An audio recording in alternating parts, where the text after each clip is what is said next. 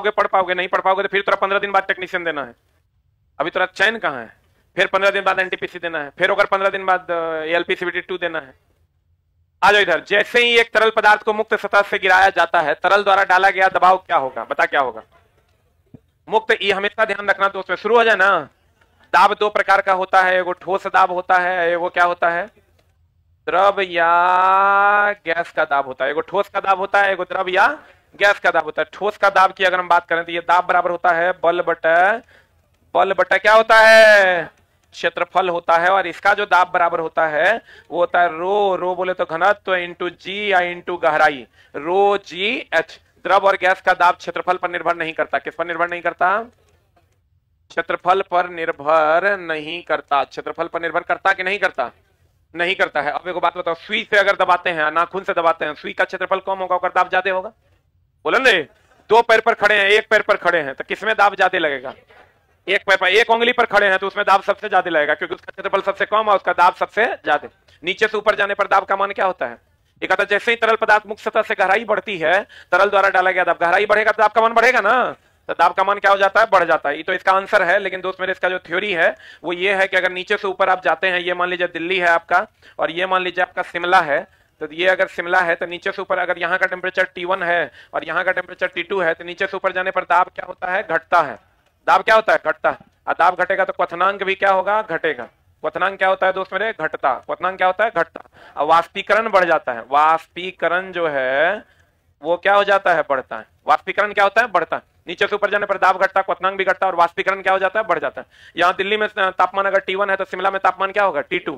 तो अगर यहाँ पर 100 डिग्री सी पर कोई चीज खोलता है, यहाँ 100 डिग्री सी पर अगर कोई चीज खोलता है तो यहाँ 100 से कम पर खोलेगा, यानी T1, अगर हम T1 की बात करें, T1 कम होगा और T2 ज्यादा होगा। उल्टा हो गया, T2 ही ना, T2 होगा कम और T1 होगा ज्यादा। अगर दिल्ली में T1 है और शिमला तो ऊंचाई पर है, T2 है। एक लाइन में समझ लो, यहाँ से नीचे से ऊपर जाने पर दाब घटता है, क्वथनांक भी घटता है और वाष्पीकरण की दर बढ़ जाती है। जब क्वथनांक घटेगा ऊपर जाके, इसका मतलब 100 के बदले 60 पर खोलेगा। कितना पर खोलेगा, इसका मतलब यहाँ अगर 100 पर खोलेगा तो ऊपर जाके 100 से कम पर खोलेगा, 100 से कम पर खोलेगा। बर्फ के दो टुकड़ों को आपस में दबाने पर दाब बढ़ने के कारण गलनांक घटता है। गलनांक घटता है मतलब जल्दी गलता है। और अगर तुमको कह दे, बताओ पहाड़ पर रखा बर्फ कहां से पिघलता है, नीचे से पिघलता है। ग्लास में पानी या पानी में बर्फ का टुकड़ा है, बर्फ पिघल जाएगा, ग्लास के पानी के आयतन में कोई परिवर्तन नहीं होगा। ये पता है ना, 1/9 भाग ऊपर रहता है कि 1/10 भाग ऊपर रहता है, 8/9 भाग नीचे रहता है, बोलो हाँ। और अगर तुमको कह दे कभी भी क्वेश्चन की, नदी से समुद्र में अगर जाते हैं, कहां से कहां जाते हैं, तो बड़ा जगह पर अगर नाव को लेकर जाएंगे, नदी से उठा के समुद्र में लेकर जाएंगे तो ऊपर उठेगा, और समुद्र से नदी में लेकर आएंगे नीचे जाए। बड़ा जगह पर जाएंगे समुद्र में तो ऊपर उठेगा, और छोटा जगह पर जाएंगे तो नीचे जाए। बड़ा जगह पर जाएंगे ऊपर उठेगा, छोटा जगह पर जाएंगे नीचे जाए। तो समुद्र में जब नाव को लेकर जाएंगे तो वो ऊपर उठेगा। ऊपर उठेगा, तैरना आसान है कि मुश्किल, तैरना आसान है क्योंकि उसका घनत्व तो अधिक होता है। उसका घनत्व क्या होता है, अधिक होता है। उसका घनत्व क्या होता है, अधिक होता है। अब बांध को कहेगा जो जो नीचे जाते हैं मोटा क्यों बनाया जाता है, नीचे गहराई में जाओगे, गहराई में जाओगे दाब बढ़ेगा, और दाब बढ़ेगा तो यहाँ दाब ज्यादा रहेगा, तो यहाँ मोटा बनाएंगे तब नहीं थम पाएगा, बोलो ना रे। गहराई में जाने पर इसीलिए बांध को क्या किया था, मोटा किया था। एगो चीज और ध्यान रखना, कोई भी रासायनिक अभिक्रिया दाब पर निर्भर नहीं करते, और ध्वनि का वेग भी दाब पर निर्भर नहीं करता। दाब एक अदिश राशि है। दाब कौन राशि है, दाब बराबर न्यूटन बटा मीटर स्क्वायर, और इसका SI मात्रक क्या होता है, पास्कल। दाब का SI मात्रक पास्कल। ऋतु विज्ञान के दाब को नापने के लिए बार या मिली बार का प्रयोग किया जाता है। बार या मिली बार का प्रयोग किया जाता है। नीचे से ऊपर जाने पर दाब का मान क्या होगा, घटेगा। बर्फ कहां से पिघलेगा, नीचे से। बर्फ के दो टुकड़ों को आपस में दबाएंगे, जल्दी पिघलेगा कि लेट से, जल्दी पिघलेगा। सुई और नाखून में सुई का क्षेत्रफल कम है, इसलिए दाब ज्यादा। एक पैर पर, एक उंगली पर खड़ा रहेंगे तो क्षेत्रफल सबसे कम होगा, दाब सबसे ज्यादा। समझ में आ रहा है, पक्का। इतने न पढ़ना है, दाब में इससे ज्यादा तो पढ़ने की जरूरत नहीं है। जो जो गहराई में जाएंगे दाब का मान क्या होगा, बढ़ेगा। और दाब का मान बढ़ेगा दोस्त मेरे, तो गहराई में जाने पर दाब का मान क्या होगा, बढ़ेगा। और दाब का मान बढ़ेगा तो अगर आपको दे दे कीचड़ में हम डूब रहे हैं, आप पानी में डूब रहे हैं, तो किसमें दबाव ज्यादा महसूस होगा, कीचड़ में ना। अरे बोलो, आप देखो क्या नीचे से ऊपर जाने पर दाब का मान घटता है, बढ़ता है, लड़की का बढ़ता है। साफे गोल है कि रे, हाँ। नीचे से ऊपर जाने पर दाब का मान क्या होता है, घटता है। क्वथनांक घटता है। एक कुछ बुझाइए नहीं रहा, तोरे कह रहे हैं, तोरा बुझा रहा है, तोरा स्टैंड अप, हाँ बुझा रहा है ना। दाब का SI मात्रक, सदिश की अदिश, पक्का? ध्यान दो, थोड़ा सा गड़बड़ा जाएगा। दाब क्या है? अदिश राशि। नीचे से ऊपर जाने पर दाब घटता है। क्वथनांक भी क्या होता है? घटता है। यहाँ 100 पर खोलेगा, ऊपर 100 से कम पर खोल। आइए, ऊपर जाने पर दाब घटता है, इसीलिए कहते हैं अगर ऊपर कह दे कि भैया बताओ वायुयान के अंदर दाब कम की ज्यादा, तो बाहर में दाब तो कम होता है, अंदर में दाब होगा ज्यादा। बाहर में तो नीचे से ऊपर जाने पर दाब कम, अंदर में क्या होगा? ज्यादा। क्लियर है? बोलन रे। अब दोस्त मेरे कहते हैं फाउंटेन पेन की स्याही ऊपर में क्यों निकाल देते हैं? क्योंकि ऊपर में दाब कम है। कहेगा ऊंचाई पर खाना बनाना मुश्किल क्यों है? क्योंकि वहां दाब कम होता है, क्वथनांक कम होता है, पानी जल्दी से वाष्प बन जाता है, तो खाना बनाना क्या होता है? मुश्किल होता है। ये सब फिक्स क्वेश्चन है जो अधिकतर पूछा जाता है। फिक्स चला कुछ भी नहीं है, ये रेलवे है। एग्जाम हॉल से निकलोगे ना, म्याज हरिहर कर देगा ही। अब वैसे ही हमेशा ध्यान रख, दाब में इतने ना पढ़ना है रे। एक और क्वेश्चन आता है, बताओ नीचे से ऊपर जाने पर कौन गुब्बारा पहले फटेगा? जो सबसे हल्का होगा वो सबसे ऊपर जाएगा, और जो सबसे ऊपर जाएगा वो सबसे पहले फटेगा। बोलो हाँ। हाइड्रोजन, नाइट्रोजन, ऑक्सीजन में सबसे हल्का हाइड्रोजन, सबसे ऊपर जाएगा हाइड्रोजन, सबसे पहले फटेगा हाइड्रोजन। क्लियर है ना? फुटबॉल में नाइट्रोजन, जो नीचे रहेगा वो नाइट्रोजन, जो हवा में उड़ेगा हीलियम। वायुयान के टायर में हीलियम, नाइट्रोजन ने मारना। वायुयान जो हवा में उड़ेगा हीलियम, क्योंकि वो हल्का है, और नाइट्रोजन कहां रहेगा? जमीन पर। गोताखोर कम गहराई पर ऑक्सीजन प्लस नाइट्रोजन, अधिक गहराई पर ऑक्सीजन प्लस हीलियम। अस्पताल में oxygen plus helium, oxygen plus क्या? हीलियम। क्लियर है? वायुमंडल के दाब को नापते बैरोमीटर से, गैस के दाब को नापते मैनोमीटर से। किसे नापते हैं? वेंचुरी मीटर से द्रव के प्रवाह को नापते हैं। बोलो रे। एकाएक गिर जाएगा आंधी तूफान, धीरे धीरे गिरेगा वर्षा, धीरे धीरे ऊपर जाएगा मौसम साफ। इधर पढ़ा है ना? बस बाबू, समय आग लो तो यही रात अंत। निश्चित तापमान पर वायु का दाब किसके अनुपातिक होता है? देखो, एगो चीज हमेशा ध्यान रखना, तापमान का रिलेशन जो है किसी के साथ भी होगा, सीधा रिलेशन होगा। पढ़ा है कि ना? अरे देखो, अगर टेम्परेचर कांस्टेंट होगा तो प्रेशर और वॉल्यूम में रिलेशन होगा। अगर वॉल्यूम कांस्टेंट होगा तो प्रेशर और टेम्परेचर में रिलेशन होगा। और अगर प्रेशर कांस्टेंट होगा, वॉल्यूम और टेम्परेचर में रिलेशन हो। बोलो हाँ। आई पी और भी में जो रिलेशन होगा, पी होगा इनवर्सली प्रोपोर्शनल टू भी, क्योंकि इसमें टेम्परेचर ना है। ई दोनों में टेम्परेचर है तो डायरेक्टली प्रोपोर्शनल टू टी, दोनों में भी टेम्परेचर है, डायरेक्टली प्रोपोर्शनल टू टी। बोलो हाँ। एगो चीज और ध्यान रखना, पी भी टी बी सी। अगर पी और भी में संबंध है तो बॉयल्स लॉ, भी और टी में संबंध है चार्ल्स लॉ, पी और टी में संबंध है गैलुसाक। पी और भी में संबंध है बॉयल्स लॉ, पी और टी में संबंध है गैलुसाक, भी और टी में संबंध है चार्ल्स लॉ। बोलो हाँ, बोलो हाँ। क्लियर है? अब एक बात बताओ कि P is inversely proportional to V, P is directly proportional to T, V is directly proportional to T। अब हमको ये बताओ दोस्त मेरे कि हाँ, P और V में रिलेशन होगा किसका नियम? बॉयल्स। V और T में चार्ल्स। एक लॉ यहाँ है जो बॉयल्स, ये तो बॉयल्स का लॉ है। अरे बोलो, P और V में संबंध किसका लॉ? बॉयल्स। P और T में संबंध गैलुसाक, V और T में संबंध चार्ल्स, यही ना? लेकिन बॉयल्स का नियम एक और है, P is directly proportional to rho. इसी से आता है डेंसिटी बराबर मास बाय वॉल्यूम करोगे ना, तो वॉल्यूम बराबर मास बाय डेंसिटी कर दोगे तो ये रिलेशन आ जाएगा। बोलो ओ, बोलो ना। अरे आप दोस्त मेरे एक और रिलेशन जानते हो तुम? एवोगाड्रो संख्या, नियत ताप, नियत ताप और दाब पर, नियत ताप और दाब पर गैसों का आयतन अणुओं की संख्या के क्या होगा? समानुपाती। किसका नियम है? एवोगाड्रो का। और आदर्श गैस समीकरण को तो तुम जानवे करती है। आदर्श गैस समीकरण है पीवी बराबर एनआरटी। पीवी बराबर क्या? एनआरटी। आदर्श गैस समीकरण है पीवी बराबर एनआरटी। अरे टेंशन नहीं लेना है, सब बनेगा बढ़िया से पढ़। पीवी बराबर क्या? एनआरटी। अच्छा हम तो कुछ छोड़िए नहीं रहे हैं, सब तरह बता दे रहे हैं। सब तू पढ़वो किया है, काहे का टेंशन लेना? टेंशन वो लेगा जो अभी अभी पढ़ना शुरू किया है।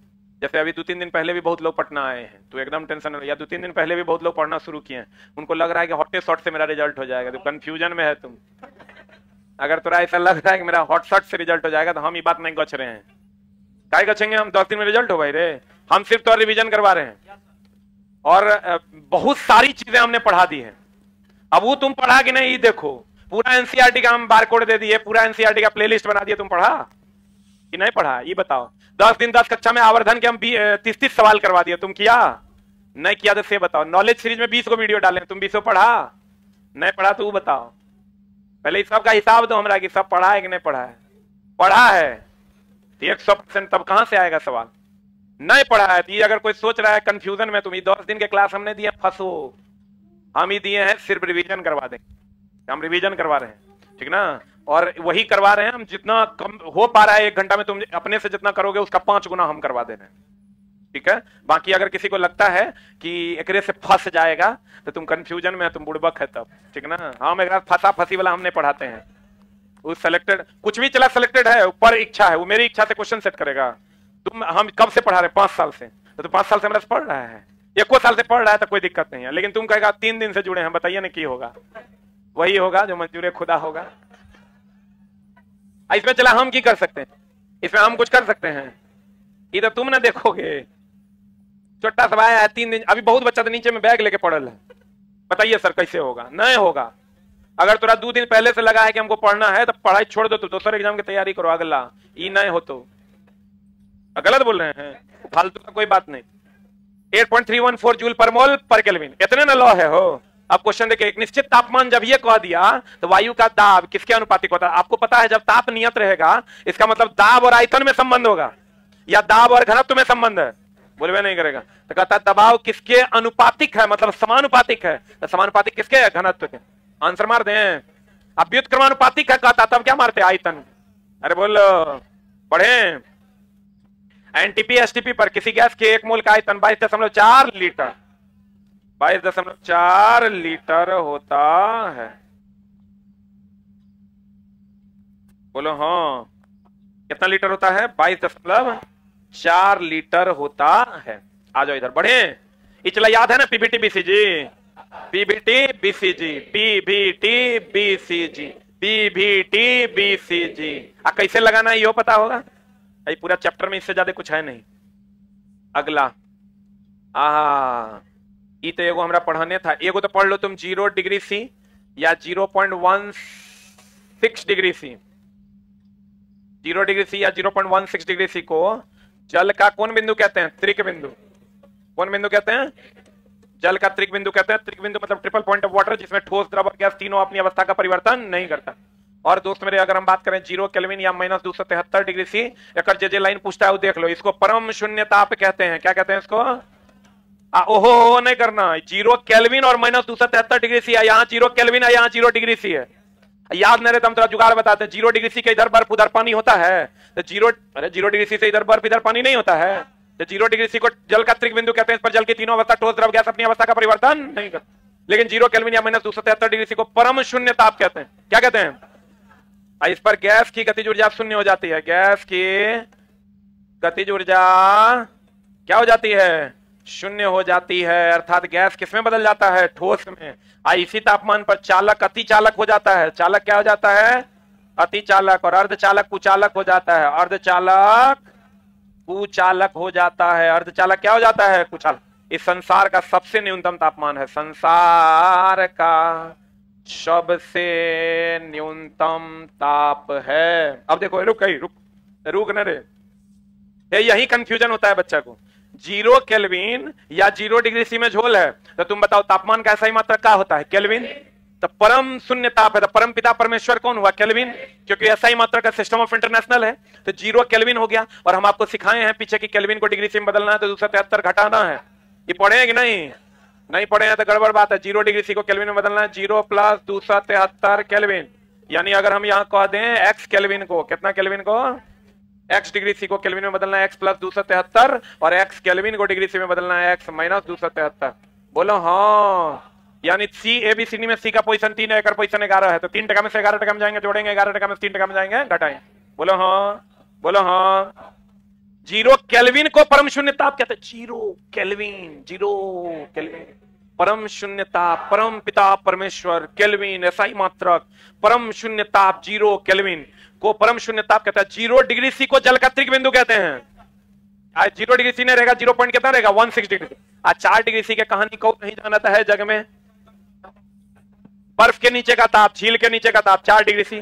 खाना 4 डिग्री सी पर सुरक्षित, जल का आयतन 4 डिग्री सी पर न्यूनतम, जल का घनत्व 4 डिग्री सी पर महत्तम। नहीं जानते हो? जल्दी से लिख लो, पूछेगा। मेरा रिजल्ट हो गया है 6 to 8 में। आपका बहुत बहुत धन्यवाद। और सब कोई बताना जहाँ सर अच्छा पढ़ाते हैं।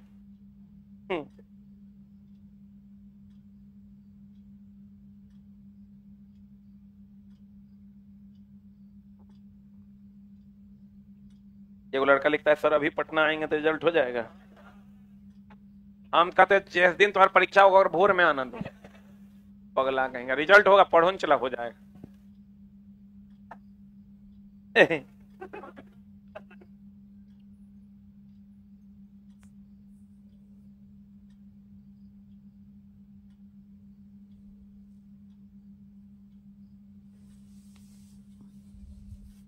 हो गया? अरे हुआ रे। ये कर आंसर न्यूनतम सम्मत तापमान -273 डिग्री सी। किसी भी द्रव का क्वथनांक, हा अभी तुरंत बताए थे, दाब नीचे से ऊपर जाने पर दाब क्या होता है? घटता है। तो क्वथनांक भी क्या होगा? क्वथनांक भी क्या होगा? घटेगा। दाब घटता है, क्वथनांक भी क्या होता है? घटता है। किसी भी द्रव का क्वथनांक का ताप दाब के घटने से, दाब के बढ़ने से घटता है कि बढ़ने से बढ़ता है? क्या होगा आंसर? जब घटने से घटता है तो बढ़ने से बढ़ेगा ना आंसर। अभी तुरंत पढ़ाए थे। बताओ गाड़ी के रेडिएटर में जल का प्रयोग, देखो चला एगो चीज हमेशा ध्यान रखना, जल दे देना। विशिष्ट ऊष्माधारिता की अगर हम बात करें, विशिष्ट ऊष्माधारिता जल का बर्तन का, तो बताओ जल ज्यादा है पृथ्वी पर के बर्तन?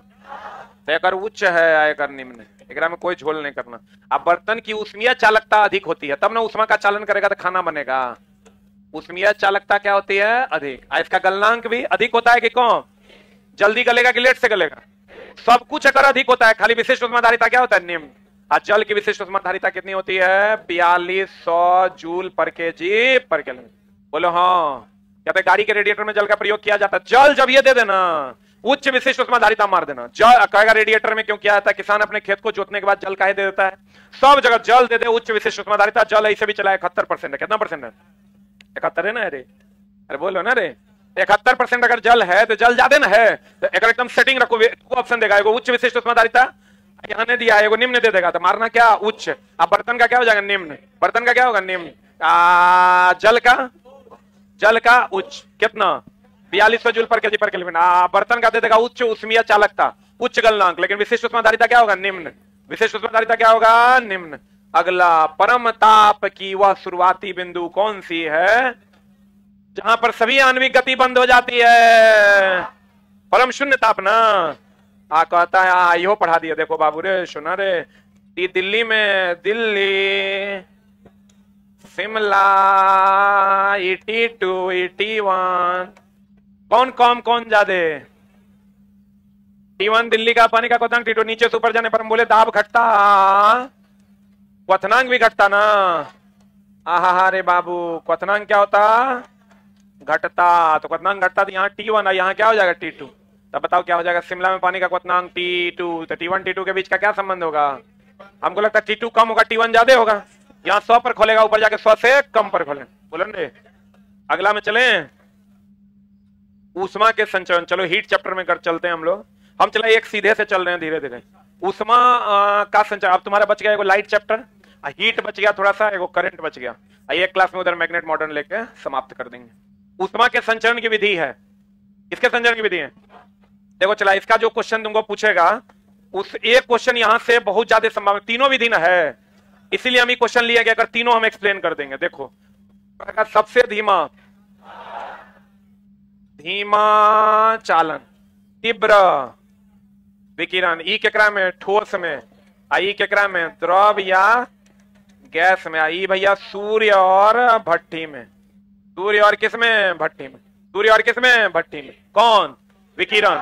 अब भैया विकिरण का क्यों क्वेश्चन पूछता है बताओ? सूर्य की ऊष्मा पृथ्वी तक पहुंचती है कौन विधि द्वारा? विकिरण।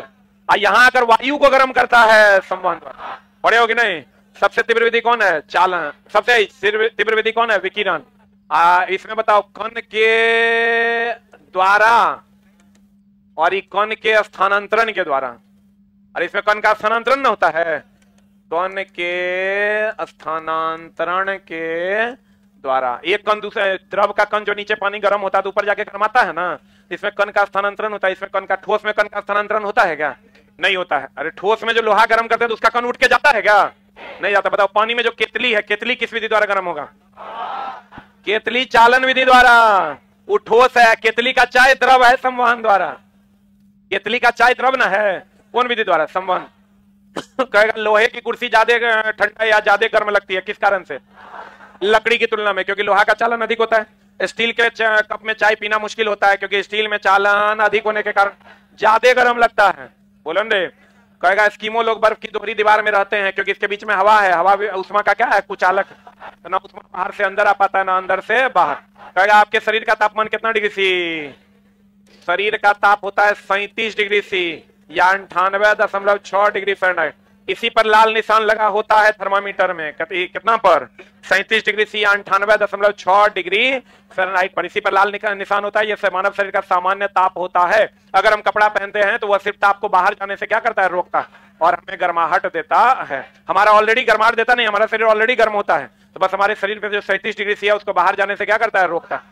आप पंखा चलाते हैं तो वाष्पीकरण के कारण हमको ठंडक लगता है। ये कौन परिवर्तन है? रुद्धोष्म परिवर्तन। रुद्धोष्म परिवर्तन का दुए को एग्जांपल है। रुद्धोष्म परिवर्तन का एग्जांपल है। रुद्धोष्म परिवर्तन एकदम पूछेगा चला तो कहेंगे उष्मा नियत रहता है। उष्मा क्या रहता है?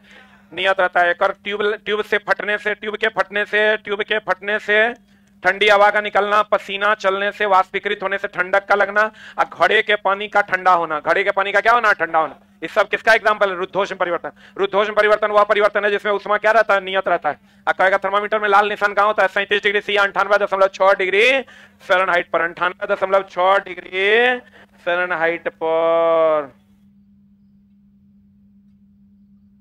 एक बच्चा लिखता है सर आप इंग्लिश में कहीं नहीं पढ़ाते। एक बात बताओ, अभी AR रहमान इंग्लिश में गाना गाने लगे, क्या सुनेगा ओकरा? भाई हमारे यूजर्स जो है 99.9% जो है प्योर हिंदी है। वो ट्रांसफार्मर को परिणामित्र पढ़ना पसंद करता है, इसलिए भाई हम हिंदी में ही पढ़ाते हैं। अब देखो दोस्त मेरे, कहते हैं किधर गया? विकिरण तीव्र होता है। सूर्य और किसकी उष्मा? भट्टी की उष्मा। रुद्धोष्म परिवर्तन में क्या नियत रहता है? उष्मा। ट्यूब से ठंडी हवा का निकलना, पसीना, घड़े का पानी किसके कारण ठंडा होता है? किसके कारण? रुद्धोष्म परिवर्तन के कारण। सबसे तीव्र विधि कौन है? विकिरण। किसमें कौन एक जगह से दूसरे जगह जाएगा? संवहन। बताओ। कहेगा ऊपर से नीचे सूर्य की उष्मा आती है विकिरण द्वारा, यहाँ आके वायुमंडल को गर्म करती है संवहन द्वारा। कौन वह? संवहन। चूंकि वायु को गर्म कर रहा है संवहन द्वारा। अगला है बोलोमीटर। क्या नापता है? विकिरण। बोलोमीटर क्या नापता है? ऊष्मीय विकिरण। ध्वनि की तीव्रता को किसमें नापते हैं? डेसिबल में। ध्वनि की तीव्रता को किसमें नापते हैं? डेसिबल में। पता स्टीफेंस का नियम देखो। स्टीफन का नियम है E समानुपाती T टू द पावर क्या? 4। रेले का सिद्धांत है प्रकीर्णन जो है वो तरंग दैर्ध्य के चतुर्थ घात का क्या होता है? व्युत्क्रमानुपाती। प्रकीर्णन तरंग दैर्ध्य के चतुर्थ घात का क्या होता है? व्युत्क्रमानुपाती। किसका नियम है? रेले का। और बताओ ग्रहों का नियम किसने दिया था? केपलर ने। ग्रहों का नियम किसने दिया? केपलर। शीतलन नियम किसने दिया? न्यूटन ने। गुरुत्वाकर्षण नियम न्यूटन ने। सापेक्षिकता का सिद्धांत आइंस्टाइन ने। E बराबर mc² ना। रेले ने कहा था प्रकीर्णन तरंग दैर्ध्य के चतुर्थ घात का क्या होता है? व्युत्क्रमानुपाती। स्टीफेंस E समानुपाती क्या हो जाएगा? Formula T to the power 4। E समानुपाती क्या हो जाएगा? T to the power 4। बढ़े। अम्ल के लिए निम्नलिखित में से कौन सा कथन सत्य है? बाबू रे, सबसे इंपॉर्टेंट चैप्टर में से एक है। अम्ल स्वाद में खट्टा। ABR अम्ल नीले लिटमस को लाल। 7 से pH कम। जितना pH कम उतना ज्यादा अम्लीय है। पक्का ना? क्षार में जितना ज्यादा pH उतना ज्यादा क्षारीय है। जो H+ देगा वो अम्ल है, जो H- देगा वो क्षार है। पक्का ना? अम्ल और क्षार मिलके लवण और जल बनाए। पक्का ना? अम्ल और धातु मिलके हाइड्रोजन गैस है। क्षार और धातु मिलके हाइड्रोजन गैस है। अम्ल को पतला करना है, पानी में अम्ल मिलाएं। सही है। और अम्ल क्षार मिलकर लवण और जल बनाए। पक्का ना? यह अभिक्रिया उदासीनीकरण अभिक्रिया है। अम्ल खट्टा होता है, क्षार तीखा होता है। तीखा को ही कड़वा कहते हैं। तीखा को ही क्या कहते हैं? कड़वा। लिटमस पत्र का रंग बैंगनी होता है। लिटमस पत्र लाइकेन का बना होता है। लिटमस पत्र का रंग बैंगनी होता है। ABR भी जानते हो ना? अम्ल नीले को लाल करता है, क्षार लाल को नीला करता है। शुष्क कोई भी रहेगा, शुष्क HCl रहेगी, शुष्क कोई भी लिटमस पत्र के रंग को बदलता नहीं। एक होता है एंटा एसिड। एंटा एसिड मतलब जो एसिड का एंटा हो, मतलब जो एसिड का उल्टा हो। एंटा एसिड की अगर हम बात करें, ये दुर्बल क्षार होता है। कैसा क्षार होता है? दुर्बल क्षार होता है। फॉर एग्जाम्पल दो, एगो है MgOH, एगो NaHCO3। इसको बेकिंग सोडा कहते हैं, इसको मिल्क ऑफ मैग्नीशिया के नाम से जानते हैं। और ये दोनों दुर्बल क्षार है। दुर्बल क्षार है मतलब एंटा एसिड है। कैसा है? जितना डाइजीन एसिलॉक है सब में कौन रहता है? MgOH या NaHCO3, NaHCO3 या MgOH। उसके बाद जकरा में H प्लस होगा वो अम्ल होगा, जकरा में OH माइनस होगा वो क्षार। अब दोस्त मेरे देख लो, अगर हम सीसा संचायक सेल में किसका उपयोग करते हैं? H2SO4 का। सीसा संचायक सेल में H2SO4 का। उधर में HCl, कांच पर लिखना है HF, कृत्रिम वर्षा सिल्वर आयोडाइड, मतदाता की स्याही silver nitrate, silver nitrate, silver nitrate. धूप चश्मा में सिल्वर ब्रोमाइड, सिल्वर ब्रोमाइड का रंग, सिल्वर ब्रोमाइड जो धूप चश्मा में होता है वो प्रकाश से अपना रंग बदल लेता है। फोटोग्राफी में सिल्वर क्लोराइड, सिल्वर ब्रोमाइड और sodium thiosulphate. Silver chloride, silver bromide, sodium thiosulphate. एक को मारना है, सिल्वर क्लोराइड मारना है। क्या मारना है? क्या मारना है? धूप चश्मा में सिल्वर ब्रोमाइड, धूप चश्मा में सिल्वर ब्रोमाइड। पीएच जितना कम अम्लीयता उतना ज्यादा, पीएच जितना ज्यादा क्षारीयता उतना ज्यादा। पीएच स्केल का खोज सोरेनसन किया 1909 में, 1909 में। पीएच 7 होता है NaCl का, जिसके कारण NaCl क्या होता है? उदासीन होता है। NaCl क्या होता है? उदासीन। NaCl आयनिक बंधन बनाता है, जिसका क्वथनांक और गलनांक उच्च होता है। ठोस अवस्था में कुचालक होता है, द्रव अवस्था में सुचालक होता है, जल में घुलनशील होता है, कार्बनिक घोलकों में अघुलनशील होता है। बोलो ना रे, नहीं समझा? अम्ल खट्टा होता है, क्षार तीखा होता है, और विनेगर में एसिटिक एसिड होता है, जगरा मिथेनोइक एसिड भी कहते हैं। CH3COOH ना होता है, ईथ की मिथ, इथेनोइक एसिड कहते हैं, क्योंकि दो कार्बन है, CH3 में एगो C और COH में एगो C, तो क्या हो जाएगा? ईथ की मिथ, इथेनोइक एसिड कहते हैं। कहां पर? विनेगर में। कहां पर? विनेगर। फॉर्मिक एसिड लाच चीटी के डंक में। बोलन रे, फॉर्मल्डिहाइड से फॉर्मेलिन बनता है, जिससे लाशों को सुरक्षित रखते हैं। खाद्य पदार्थ का संरक्षण बेंजोइक एसिड से, खाद्य पदार्थ का संरक्षण बेंजोइक एसिड। जंग के धब्बे हटाते हैं ऑक्सैलिक एसिड, जंग के धब्बे ऑक्सैलिक एसिड, जंग के धब्बे ऑक्सैलिक एसिड, जंग के धब्बे ऑक्सैलिक एसिड, जंग के धब्बे ऑक्सैलिक एसिड। अब पथरी बनता है कैल्शियम ऑक्सलेट का, पथरी बनता है कैल्शियम ऑक्सलेट का। पथरी किसका? पथरी बनता है कैल्शियम ऑक्सलेट का, पथरी बनता है कैल्शियम ऑक्सलेट का। कोक पीते हैं तो कार्बोनिक एसिड बनता है, H2CO3, H2CO3। खाद्य पदार्थ का परिरक्षण बेंजोइक एसिड से। इथिलीन, इथिलीन, इथिलीन, इथिलीन फलों का प्राकृतिक हार्मोन है जो फलों को पकाता है। एसिटिलीन कृत्रिम हार्मोन है जो फलों को पकाता है। बोलो हाँ। अब फिनोप्थिलीन अम्ल और लवण से कोई अभिक्रिया नहीं करता और क्षार के साथ गुलाबी रंग देता है, पता है कि नहीं? और जितना अब फिनोप्थिलीन और मिथाइल ऑरेंज कृत्रिम अम्ल क्षार सूचक है, बाद बाकी सब प्राकृतिक अम्ल क्षार सूचक। फिनोप्थिलीन नाम सुनने से लग रहा है कृत्रिम है, लिक्विड टाइप का होगा। मिथाइल ऑरेंज नाम सुनने से लग रहा है कृत्रिम है। ये दोनों कृत्रिम अम्ल क्षार सूचक है, फिनोप्थिलीन और मिथाइल ऑरेंज, फिनोप्थिलीन और मिथाइल ऑरेंज, फिनोप्थिलीन और मिथाइल ऑरेंज, फिनोप्थिलीन और मिथाइल ऑरेंज कृत्रिम अम्ल क्षार सूचक है। बाकी अड़हुल का फूल, गुड़हल हो गया, पिटुनिया का पौधा हो गया, हल्दी हो गया, लिटमस पेपर हो गया, ये सब प्राकृतिक अम्ल क्षार सूचक है। अम्ल और क्षार को मिला दोगे लवण और जल बनेगा। सोडियम कार्बोनेट, जितना सोडा है सब क्षारीय है। बेकिंग सोडा, वॉशिंग सोडा सब क्या है? क्षारीय। Baking soda NaHCO3, baking powder होगा NaHCO3 प्लस टार्टेरिक एसिड, और NaHCO3 जब H2SO4 से अभिक्रिया करेगा तो कार्बन डाइऑक्साइड देगा, जिससे आग को बुझाया जाता है। लेकिन बिजली से लगी आग बुझाना तो कार्बन टेट्राक्लोराइड। बोला ना रे, बुझा रहा है? बोला ना रे। चला, एक बात तो है, अभी तुम जब पढ़ के जाओगे तुम्हारा कॉन्फिडेंस लेवल लगेगा कि हाँ कुछ है मेरे पास। अगर शुरू से पढ़ रहा होगा तो आना, तो सब अभी जब कह रहे हैं सब पंक्चर मार रहा होगा, कह रहा होगा खाली बोला, ये कुछ लिखा हुआ ना रे। दोस्त मेरे सब तोरा पास है, हम सिर्फ फ्रेश कर रहे हैं, क्योंकि हमारे बात पे तोरा विश्वास है। तोरा लग रहा है ये कह रहा है सब सही है, सबको दिमाग में रख लेना है। तो हर दिन नहीं है कि एक बार में तू एगो चैप्टर बैठ के 10 मिनट रिवीजन कर लेगा। अभी पूरा एसिड बेस सॉल्ट खत्म हो गया ना? अरे बोल लो, खाली एगो बात बच गया, प्रबल अम्ल प्रबल क्षार मिलके उदासीन लवण बनाएगा। अब प्रबल अम्ल दुर्बल क्षार होगा, प्रबल अम्ल अम्लीय लवण बनाएगा। दुर्बल प्रबल क्षार और दुर्बल अम्ल क्षारीय लवण बनाएगा। अम्लीय लवण pH 7 से कम, क्षारीय लवण pH 7 से अधिक, और उदासीन लवण pH 7 के बराबर। बोलो हाँ भाई, इतना बढ़िया बच्चा है तुम लोग। अम्लों के लिए निम्नलिखित में से कौन सा कथन सही है? पहले तो ये खट्टा है, कड़वा नहीं ना है। ABR ना, अम्ल नीले को क्या करेगा? लाल। मार सरिया के आंसर। लिटमस पत्र का रंग कैसा होता है? बैगनी। बताओ आंसर क्या होता है जब परखनली में एक अम्ल के विलयन एक क्षार के विलयन के साथ मिलाया जाता है? विलयन का ताप तो बढ़वे करेगा, ताप लवण का निर्माण। 1 और 4 हो जाएगा। 1 और 4 इज द राइट आंसर। अम्ल धातु से अभिक्रिया करेगा, कौन गैस देगा? लवण प्लस क्या देगा? हाइड्रोजन। कौन अम्ल नहीं देगा? HNO3 नहीं देगा। कौन धातु नहीं देगा? कॉपर। और अम्ल जब क्षार से अभिक्रिया करेगा तो क्या देगा? लवण प्लस क्या देगा? जल। लवण प्लस क्या देगा? जल। अम्ल किसी से अभिक्रिया करेगा? ऊष्माक्षेपी अभिक्रिया। अम्ल किसी से अभिक्रिया करेगा? कौन अभिक्रिया? ऊष्माक्षेपी। अम्ल किसी से अभिक्रिया करेगा? ऊष्माक्षेपी। अम्ल किसी से अभिक्रिया करेगा? ऊष्माक्षेपी। अम्ल किसी से अभिक्रिया करेगा? ऊष्माक्षेपी। अम्ल किसी से अभिक्रिया करेगा? ऊष्माक्षेपी की सोची, क्षेपी की सोची। अम्ल किसी से अभिक्रिया करेगा? ऊष्माक्षेपी। डिटर्जेंट किसी से अभिक्रिया करेगा? ऊष्माक्षेपी। सीमेंट किसी से अभिक्रिया करेगा? ऊष्माक्षेपी। चूना किसी से अभिक्रिया का? ऊष्माक्षेपी।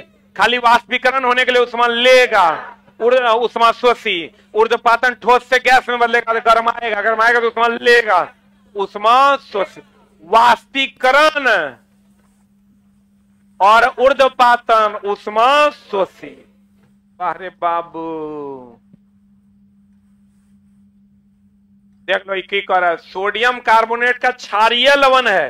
क्षारीय लवण तो तब बना होगा जब दुर्बल अम्ल प्रबल क्षार होगा, तभी न बनेगा क्षारीय लवण। दुर्बल अम्ल और प्रबल क्षार होगा। बता दो क्या होगा? दुर्बल अम्ल प्रबल क्षार। Answer B. अरे यार, दुर्बल अम्ल, बताओ क्या होगा?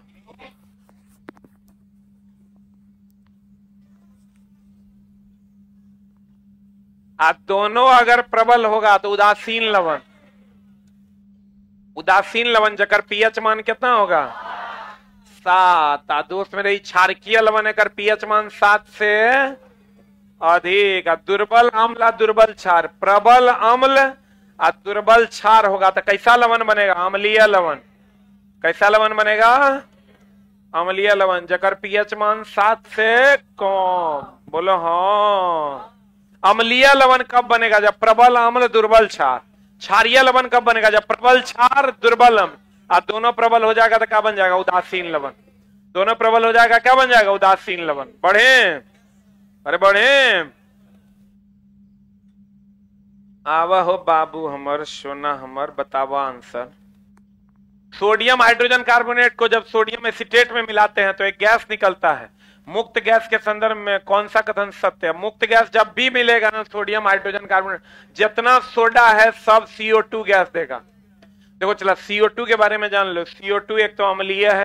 कैसा है? अम्लीय। आग बुझाने के लिए किसका उपयोग करते हैं? CO2 का। चूने के पानी को दुधिया करता है CO2।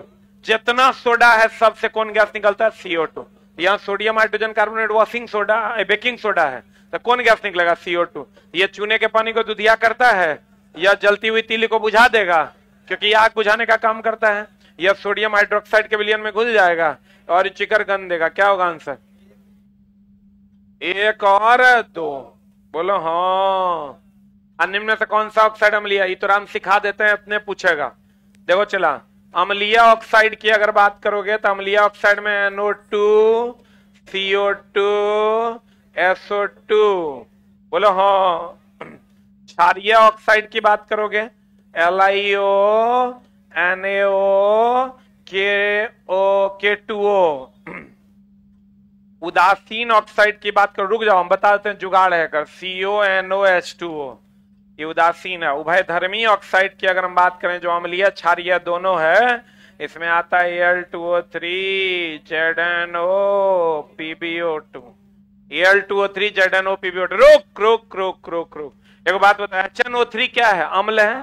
तो NO2 उससे बनेगा HNO3 तो वो अम्ल हो जाएगा। CO2 से बनेगा H2CO3 कार्बोनिक एसिड। एक से बनेगा H2SO4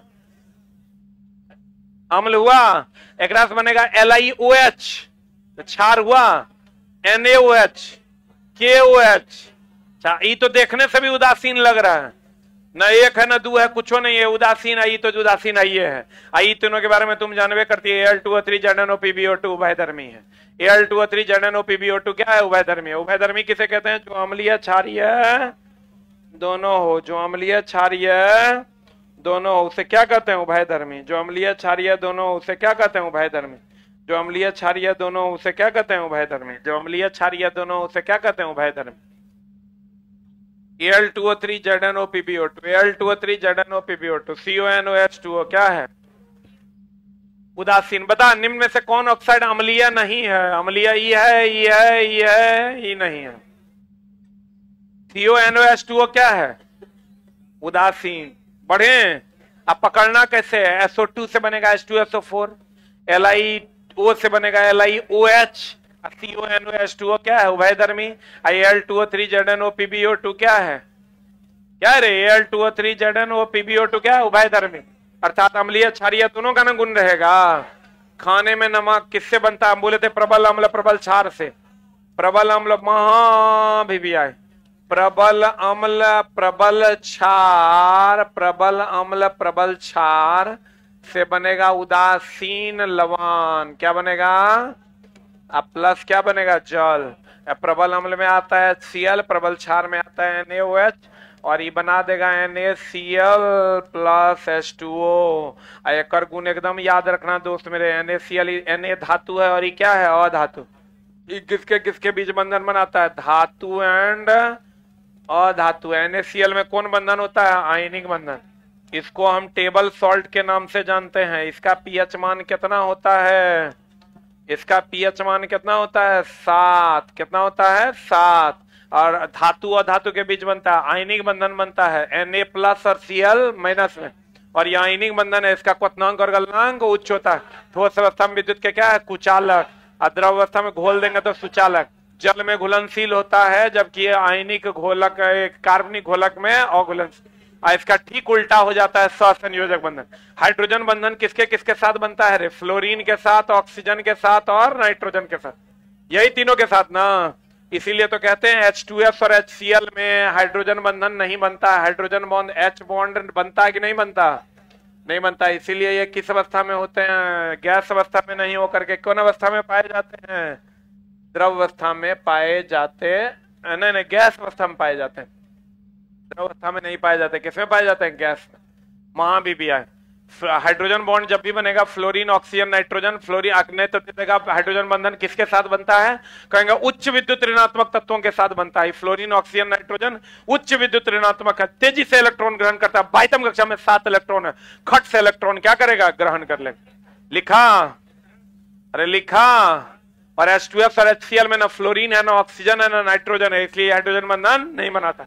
इसलिए गैसीय अवस्था में पाया जाता है। सहसंयोजक बंधन मजबूत होता है, उपसहसंयोजक बंधन कमजोर होता है। उपसहसंयोजक बंधन कमजोर होता है। पढ़े हो कि नहीं? आंसर बता। मजबूत अम्ल और मजबूत क्षार से बनता है NaCl। बढ़े?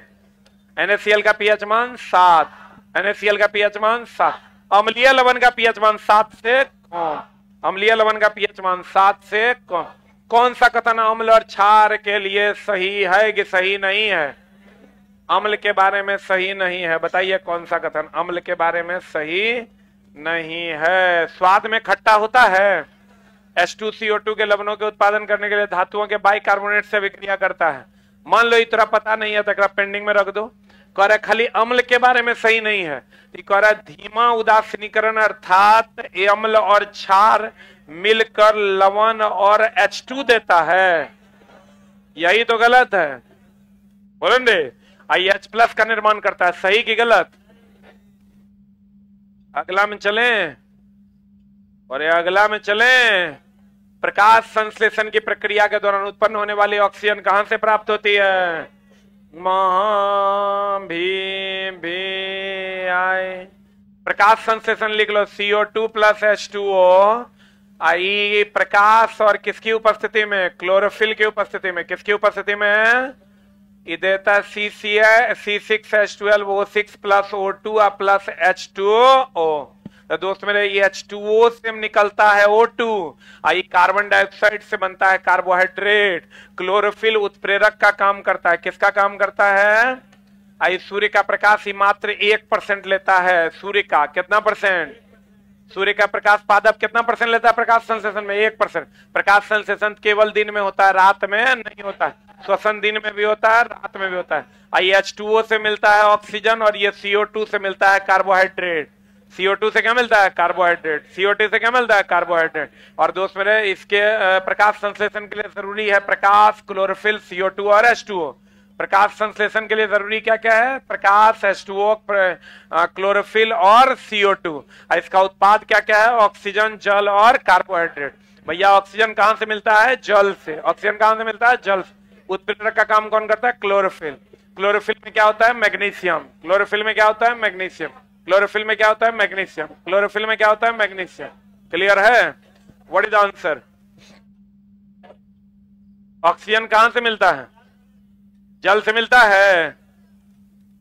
तुरंत शक्तिदायक कोई नहीं ऐसा ग्लूकोन डी जैसा, यानी तुरंत ऊर्जा देने का काम कौन करता है? ग्लूकोज। सबसे अधिक ऊर्जा कौन देता है? वसा।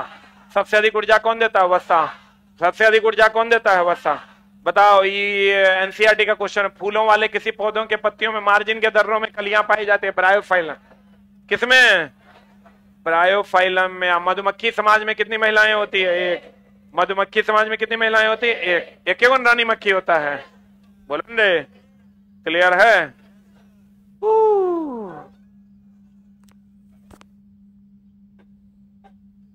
अच्छा एक बात बताओ, चला ये क्लास कब तक चलाना है?